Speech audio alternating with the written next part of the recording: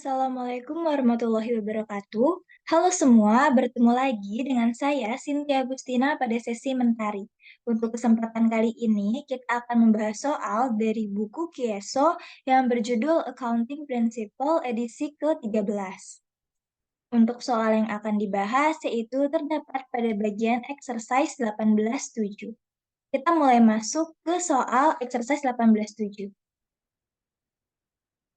Kita masuk ke pembahasan soal bagian exercise 18.7. Untuk soalnya yaitu Nordstrom Inc. mengoperasikan departemen store di beberapa negara bagian. Berikut merupakan data dari laporan keuangan yang terpilih dan dicantumkan dalam jutaan rupiah untuk tahun 2020. Jadi, angka-angka yang ada di sini itu merupakan penyederhanaan dari jutaan ya.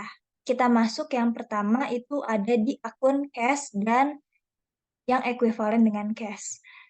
Untuk awal tahun itu dia ada $72 dan di akhir tahun ada $795. Lalu ada akun account receivable atau piutang. Di awal tahun dia ada $1.942 dan di akhir tahun ada $2.035. Selanjutnya ada akun persediaan atau inventory. Di awal tahun dia ada $900 dan di akhir tahun ada $898. Lalu ada akun other current asset atau aset lancar. Di awal tahun dia ada $303 dan di akhir tahun ada $326. Dan untuk total current asetnya, untuk awal tahun itu dia ada $3.217 dan di akhir tahun ada $4.054. Untuk total current liabilities, di awal tahun ada $1.601 dan di akhir tahun ada $2.014. Untuk keterangan tambahan yaitu selama tahun berjalan, total dari penjualan secara kredit adalah sebesar $8.258 juta dan beban pokok penjualannya itu adalah $5.328 juta. Dan net cash-nya yang dihasilkan dari aktivitas operasi adalah sebesar $1.251 juta. Untuk instruksi dari soalnya, kita diperintahkan untuk mencari current ratio, account receivable turnover, average collection period, inventory turnover, and days in inventory at the end of the current year. Kita mulai dari mencari current ratio terlebih dahulu. Kita mulai dari menghitung current ratio. Untuk current ratio sendiri, itu fungsinya untuk mengukur likuiditas perusahaan dan kemampuan untuk membayar utang dalam jangka pendek. Nah, rasio ini dihitung dengan cara membagi aset lancar atau current asset dengan current liabilities atau liabilitas lancar. Kita lihat dari soal, di mana besaran total current asset adalah sebesar 4.054. Kita untuk mencari current ratio kita akan membaginya dengan current liability. Kita pindahkan di sini 4.054 dan untuk total current liabilities-nya adalah sebesar 2014.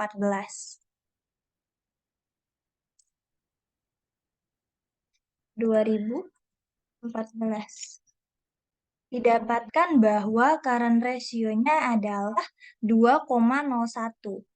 Hal ini berarti perusahaan memiliki current asset atau harta lancar yang cukup untuk membayar current liabilities yang akan jatuh tempo dalam waktu dekat. Selanjutnya kita akan menghitung accounts receivable turnover. Nah, rasio ini akan mengukur berapa kali rata-rata perusahaan memungut piutang dalam suatu periode. Rasio ini dapat dicari dengan cara membagi jumlah atau total dari penjualan yang dilakukan secara kredit dengan rata-rata piutang, di mana rata-rata piutang ini dapat diperoleh dari saldo awal dan saldo akhir piutang nanti dirata-ratakan atau kita bagi dua. Selanjutnya kita akan melihat besaran net credit sales Nordstrom Inc. dari informasi soal di atas. Ternyata net credit sales-nya adalah sebesar $8.258 juta. Kita pindahkan.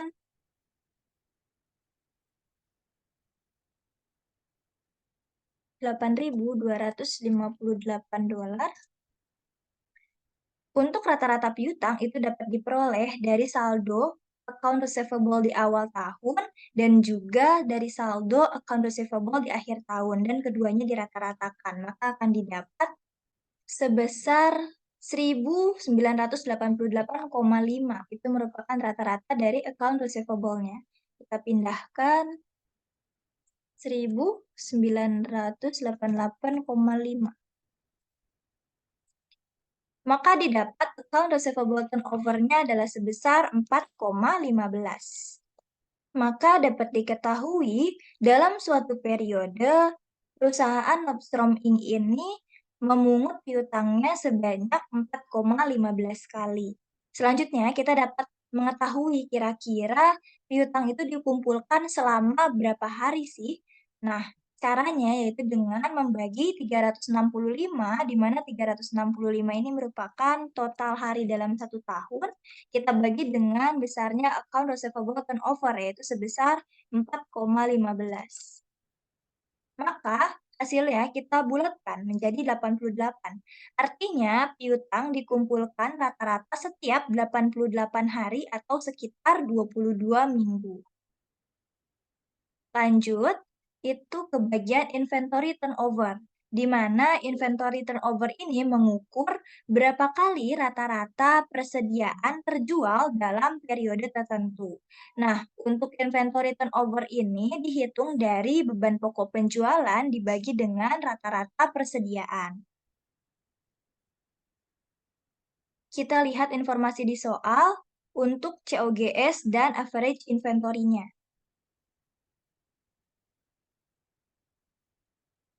Didapatkan bahwa COGS dari Nordstrom Inc. ini adalah sebesar 5.328 juta dolar. Kita pindahkan ke rumus.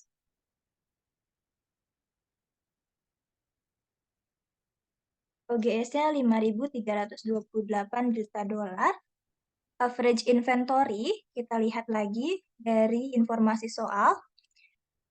Average inventory kita lihat dari saldo inventory di awal tahun dan saldo inventory di akhir tahun, itu nanti kita jumlahkan, lalu kita bagi 2 untuk mengetahui rata-ratanya. Didapat bahwa rata-rata dari inventory itu adalah sebesar 899 juta dolar. Kita pindahkan untuk average inventory sebesar 899.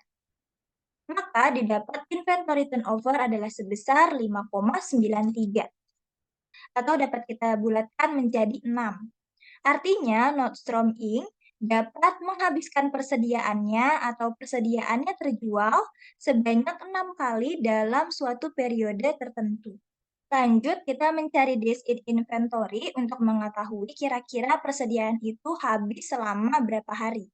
Caranya yaitu dengan 365 kita bagi dengan inventory turnover-nya, yaitu 5,93. 365 hari kita bagi dengan 5,9. Hasilnya adalah 61,55 atau dapat kita bulatkan menjadi 62. Artinya persediaan dari Nordstrom Inc. Artinya persediaan dari perusahaan Nordstrom Inc. ini dapat habis atau terjual selama 62 hari. Baik, telah selesailah pembahasan soal bagian exercise 18.7 ini, di mana soal ini merupakan soal penutup bagi sesi mentari kali ini. Apabila ada pertanyaan, boleh disampaikan melalui kolom komentar. Terima kasih atas perhatiannya. Wassalamualaikum warahmatullahi wabarakatuh.